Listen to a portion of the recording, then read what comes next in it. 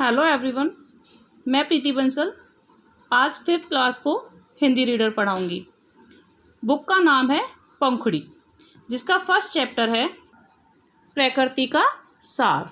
ठीक है, चलिए सबसे पहले हम इसकी व्याख्या करना सीखेंगे। है अनमोल उपहार प्रकृति, जीवन का आधार प्रकृति, प्रकृति से हम सब हैं, हम सब से है प्रकृति। देखिए इसका मतलब क्या हुआ। सबसे पहले तो हमें किसी चीज़ की व्याख्या करने के लिए उसका प्रसंग लिखना होता है। प्रसंग में हम क्या लिखते हैं? प्रस्तुत पद्यांश हमारी हिंदी की पाठ्य पुस्तक पंखुड़ी से लिया गया है। इसमें कभी हमें प्रकृति के विषय में बताते हैं। ठीक है, उसके बाद हम इसकी व्याख्या लिखते हैं।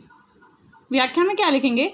कवि कहते हैं कि प्रकृति हमें ईश्वर का दिया हुआ अनमोल उपहार है अथवा भेंट है। हमारे जीवन का आधार प्रकृति ही है, क्योंकि हमें अधिकतर खाने पीने की चीज़ें प्रकृति से ही मिलती हैं। हम सबका जीवन प्रकृति के कारण ही संभव है और हम सबके कारण ही प्रकृति संभव है। अर्थात मनुष्य यदि प्रकृति की देखभाल ना करे तो प्रकृति भी असंतुलित हो जाती है, और जहाँ संतुलन बिगड़ता है वहाँ मानव और प्रकृति दोनों को ही नुकसान होता है। ठीक है, नेक्स्ट पैराग्राफ देखिए।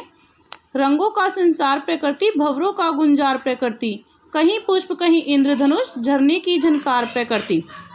सेकंड पैराग्राफ में देखिए कवि क्या कहते हैं। कवि कहते हैं हमारी प्रकृति में विभिन्न प्रकार के रंग हैं।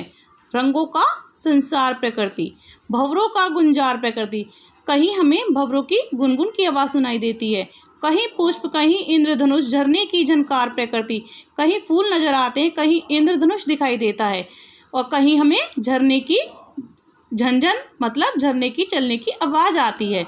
तो इसलिए प्रकृति किसका मेल है? प्रकृति रंगों, भंवरों, पुष्प, इंद्रधनुष और झरनों सभी का मिला जुला संगम है। नेक्स्ट देखिए। धरती गगन का प्यार प्रकृति, कण कण का श्रृंगार प्रकृति, सबके लिए है एक घरौंदा, सबका है परिवार प्रकृति। नेक्स्ट पैराग्राफ में कवि क्या कहते हैं? कवि कहते हैं धरती गगन का प्यार प्रकृति। प्रकृति क्या है? धरती और आकाश का प्यार दर्शाती है। कण कण का श्रृंगार प्रकृति, हर जगह कण कण में इसके श्रृंगार मतलब ये प्रकृति हमारे संसार को सजाए रखती है। सबके लिए है एक घरौंदा। प्रकृति क्या है? हम सबके लिए एक घरौंदे का काम करती है, मतलब एक आश्रय का स्थान है। सबका है परिवार प्रकृति, हम सबका परिवार प्रकृति है। प्रकृति हमसे जुड़ी हुई है और हम प्रकृति से जुड़े हुए हैं। मूल्यों में मूल्यवान प्रकृति, मूल्यों में मूल्यवान प्रकृति, प्रकृति हर किसी चीज़ से मूल्यवान होती है। मतलब प्रकृति का कोई मोलभाव नहीं किया जा सकता। प्रकृति में दयावान प्रकृति, और प्रकृति के जैसी कोई दयावान भी नहीं है। प्रकृति जितनी दयावान है और कोई चीज़ इतनी दयावान नहीं है। स्वच्छंद मस्त नटखट शिशुषी, हर धड़कन पर मेहरबान प्रकृति। अब कवि प्रकृति को क्या संज्ञा देते हैं? कवि प्रकृति को संज्ञा देते हैं एक छोटे नटखट शिशु मतलब बच्चे की, जो एक आज़ाद मस्त और नटखट बच्चा है। कवि प्रकृति को एक आज़ाद बच्चे की संज्ञा देते हुए कहते हैं कि हमारी प्रकृति एक नटखट शिशु के समान है, हर धड़कन पर मेहरबान, और प्रकृति हर किसी पर मेहरबान होती है। ठीक है, समझ आया? इसकी व्याख्या करनी होती है हमें। इसका फिर सबसे पहले प्रसंग लिखेंगे, फिर व्याख्या लिखेंगे, उसके बाद विशेष या भाव। भाव में क्या लिखते हैं? इस एक पद्यांश में हमें जो भी भाव नज़र आ रहा है कि कवि क्या कहना चाह रहा है, तो वो दिखाया जाता है। ठीक है, आगे देखिए इसकी exercise.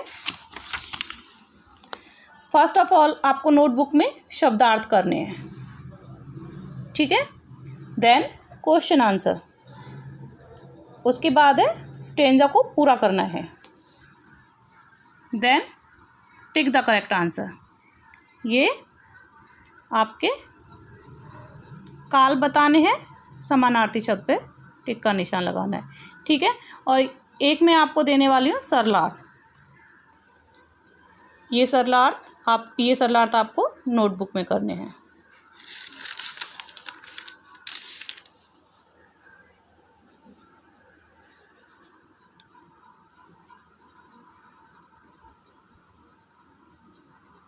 Okay, thank you. Stay home, stay safe.